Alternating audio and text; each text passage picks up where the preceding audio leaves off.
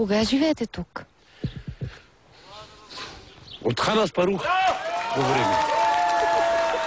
681 година. Ти оптимист ли си по принцип? Не, аз съм си обикновен човек съм си.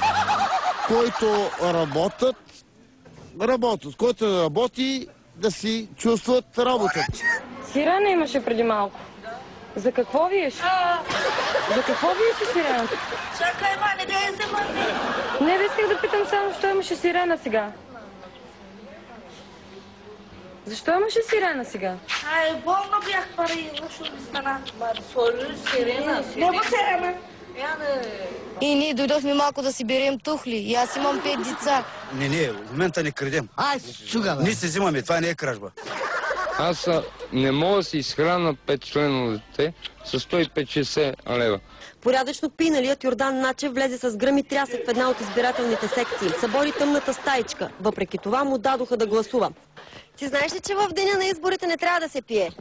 Ама днеска пи. А сега, като си в такова състояние, знаеш ли за кого гласуваш? На три съм. Нали? Къде се къпете тук? Къде се къп по клозето? По тоалетната се къпеме. Къде да се къпеме? Ако има пари, всека седмица. Ако има пари, президент се къпи. Според вас бяха ли взети подходящите мерки, за да се спре хепатит? Колко за ко? Епетит, ще има и холерия тук.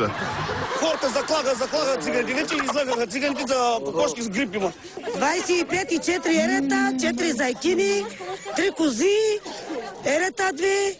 Само с едно кон остана. Защото и мисля, че и тя пълка шивани и аз ги заклам. За една седмица